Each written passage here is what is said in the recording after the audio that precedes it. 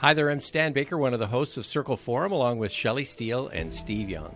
We read a lot of content about leadership in schools, and these are great ideas, but it's the how-to that keeps the idea from implementation. In this episode, we explore leadership for superintendents and directors of schools and districts.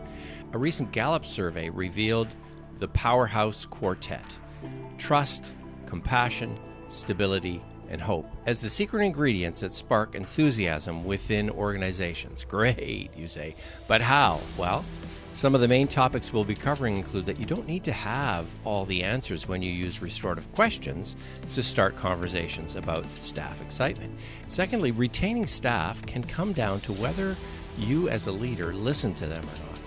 At the end of this episode, be sure to visit www.restorative.ca, our website. And if you like what you're hearing, make sure you subscribe. Well, let's get to the conversation now with Shelley, Steve, and me, Stan.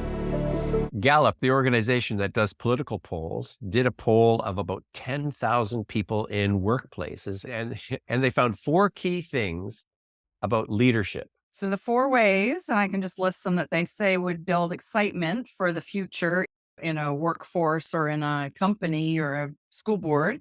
Number 1 is trust. Number 2 is compassion. Number 3 is stability. And number 4 is hope.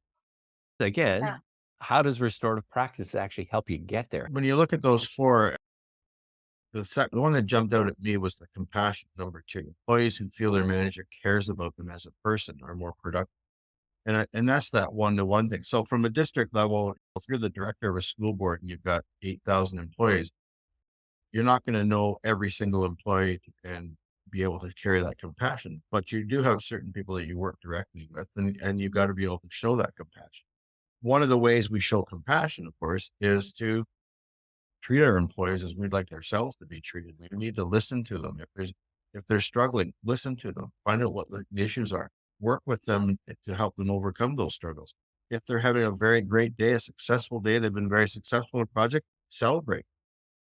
Show them that you care about them as a person. If their family situation, that takes a bigger priority over their work day, for instance. So those are those little things that leaders do along the way to show the employees or the people they have direct supervision over that they do care about them as a person first, as opposed to employee first. So it sounds like rocket science. It's not rocket science. You have to be compassionate. So what does restorative practice bring to this that can help you to be more compassionate, or at least appear more compassionate? I think what's important around compassion is that you need to know that you don't have to be able to solve whatever's happening for that person, right? To be compassionate.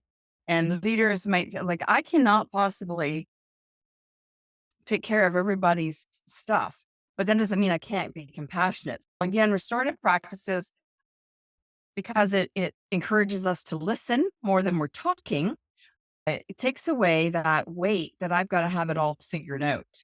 I have to have the solutions to make this person feel cared about. You don't need to have that.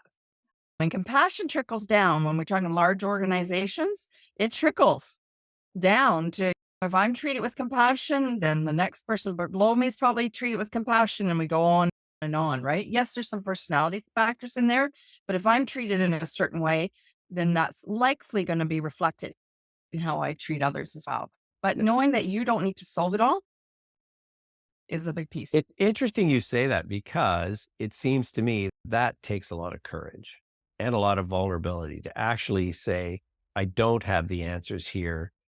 Help me out. And my experience has been with leaders is that they're very reticent to actually say those kinds of things. And what I like about restorative practices is you don't have to show your hand. You can just ask some questions. You don't have to come into a situation saying, I know what the answer is. You can actually fake it until you hear from everybody else and say, hey, Shelley's idea, that's a great one. Because my experience has been that the higher you go in leadership, the more quickly you just say, do this. This is what it's going to be, as opposed to listening. A supervisor, and you're working with an employee who's struggling, and you're asking those, tell me what's happening, and you're listening. You work your way through those restorative questions, and we get to the end of those questions. What do you think needs to happen? Not, here's what I'm going to do to fix it for you, but what do you think needs to happen? And then the extension of that question is, then how can I help you do that? as a leader, putting the putting that person in a position to think about what they truly need. The old models of employee relations and supporting your employees is very much a policy procedure driven kind of thing. Whereas restorative is about more about a person. Let's find out what needs to happen from their standpoint and then try and help them do that. And sometimes you can't do it, but quite often the solutions are very simple and they don't need much. But just the fact that you're listening. Think about that funny that was out a few years ago. It's called "It's Not About the Nail."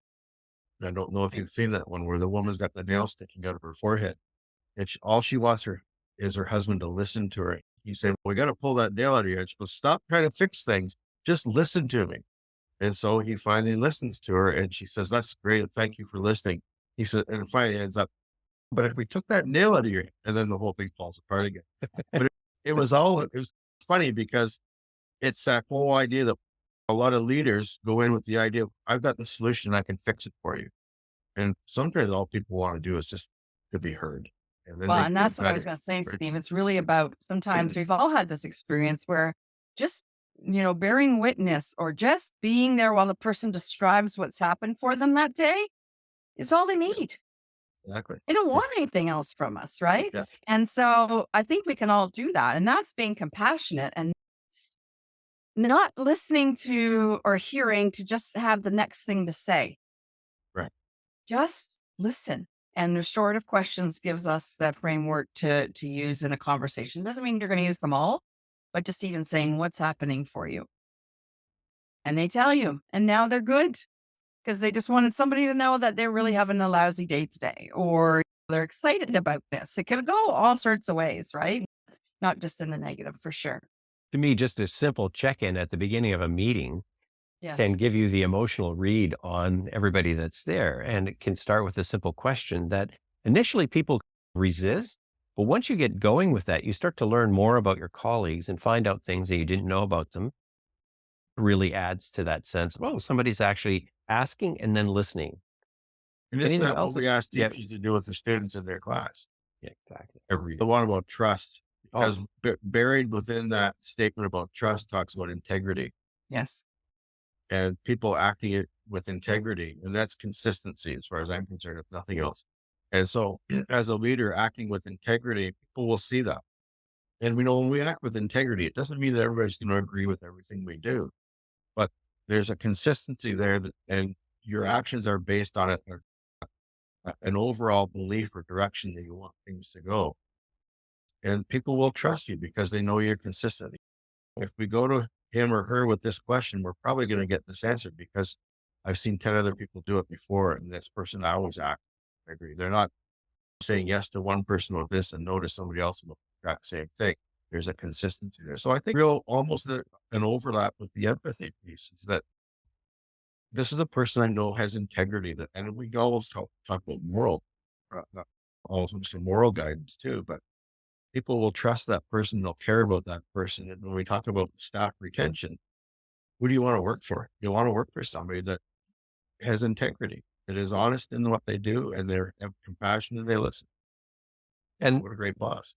in the article, it says that if people don't trust their leaders, there's a 12 people will actually be engaged. So 11 out of 12 people will not be engaged in their work if they don't trust the leader. That's huge. And where does Right. that end up in terms of staff retention and that kind of thing? I think this stuff is even more important. And for a long time, people just generally didn't leave education. When they got a job in education, it was seen as a good job, stay there till it's time to retire, etc. People are now recognizing that they either have more options than they believe they had at one point, or that they're finding that balance between this job, whatever that may be, is not good for me and what's happening for me. So years left, and I need to find some balance here, something that's making me feel good. That's where these factors come in. People are to know that I trust my leader, even though I might not agree with everything, and but I know on a bad day that I still know how it's going to function here and what kind of response I'm going to get, as opposed to a good day. Then I'm going to stick around, even in the times that aren't so great.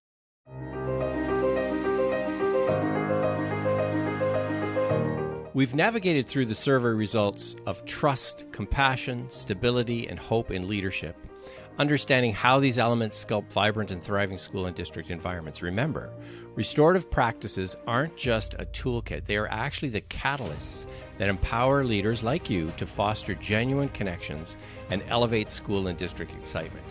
Find out more about our work, www.restorative.ca. Send me an email, stan@restorative.ca. So how can you do what the Gallup survey showed as the 4 key ingredients to generate staff excitement? Well, with restorative questions, of course.